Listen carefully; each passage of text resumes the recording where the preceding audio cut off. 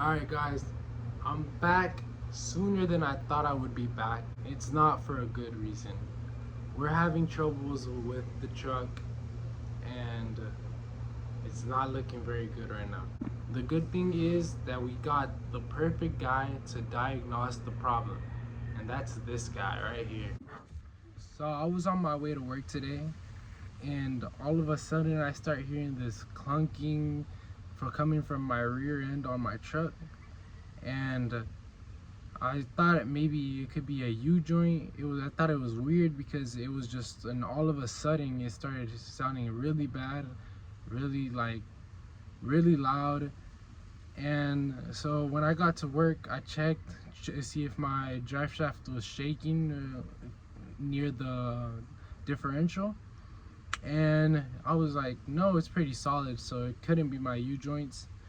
And when I got off work, I followed the drive shaft to see if it was maybe more in the front end, and turns out there's this little housing with a bearing that holds in the drive shaft together because it's a two-piece drive shaft, and that was very worn out. I'm gonna show you guys a video right now.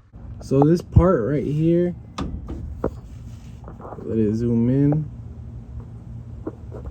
This part right here is not supposed to move up and down. It is supposed to be solid. It seems like a very simple job, just 2 bolts, but you actually have to take out this whole drive shaft from all the way to from the transmission all the way back. So yeah, I could be a little bitch and just complain about what's happening to me, or I could take it a different way and take it as a learning experience, you know? I've never taken off a drive shaft, so we're gonna learn how to do that. Alright guys, I just bought the part that I need, the bearings for the drive shaft, and here it is. It was about like $75, something like that. But what I just realized is that it comes with bolts that go down, and I just looked at my truck and it already has the bolts and they're pointing up into here. So right here you can see what I'm talking about is that these screws right here are pointing upward, and the ones I have are pointing downward, as you can see. Alright, so we got our truck right here. We got bricks under the tires so that it doesn't move when we take off the drive shaft. And the first thing we're gonna do is disconnect the rear end from the drive shaft, and it's only 4 little bolts. Alright, now we got 4 of the bolts out, you can see right here. Now all we gotta do is pry it out. I don't got a pry bar, but I'm gonna use this wrench and see if it works. Alright, the wrench wasn't able to do it. Now I got some tree cutting scissors right here. Alright, we got it out now. Took a little elbow grease, a little headache, but we got it out. That U-joint looks a little rough, but still moves good. Alright, now finally what we're gonna do right now is loosen those bolts where you could see the ratchet right there. And then once both sides are loosened, we're gonna pull this up and then pull out so that it disconnects from the transmission. I'm probably not gonna show a video of me doing that because it's pretty difficult while you're recording, but I'll show you guys after. Alright guys, we got both drive shaft parts out successfully.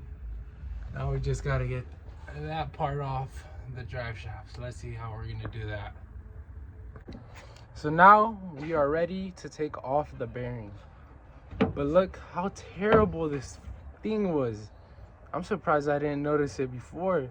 The whole thing comes off and the bearings right there, and it doesn't spin very good either. So now we gotta find a way to also pry this out.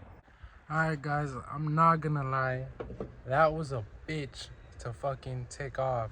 I've been here for a couple hours, hitting it with the wrench and the hammer for a few hours, probably like 2 hours, until this thing fucking came off. It was so stubborn. And now we gotta put the new one, and I just remembered we got these studs we have to remove from them. That should be fun, right?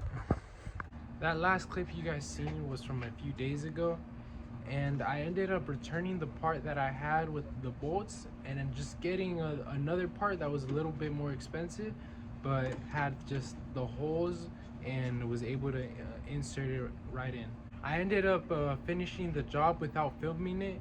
I thought it would be a little boring just to do everything I already did, just in reverse basically. And so I went ahead and did it myself, and I'm gonna show you guys how it looks now.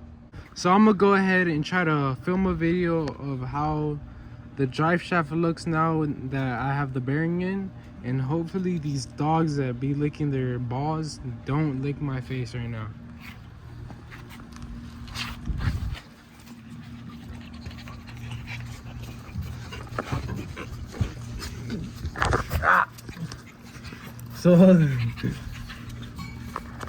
So as you can see right here, there's no movement, and I'm trying to move the drive shaft.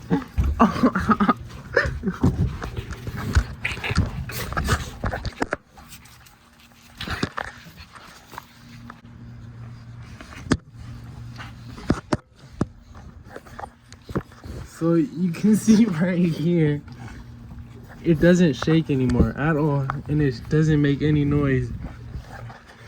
So I'm gonna go ahead and get out of here because they're trying to lick me. All right, they licked my whole fucking head. That's disgusting. But anyways, you guys get it. Job came out good. No more movement of the drive shaft. No more clinking and clanking. And anyways, if you enjoyed this video, make sure to give it a thumbs up. This was a very good learning process, and I hope to make more videos. So comment down below if you have any ideas of what I should do with this truck, or any other video ideas. Anyways, thank you for watching.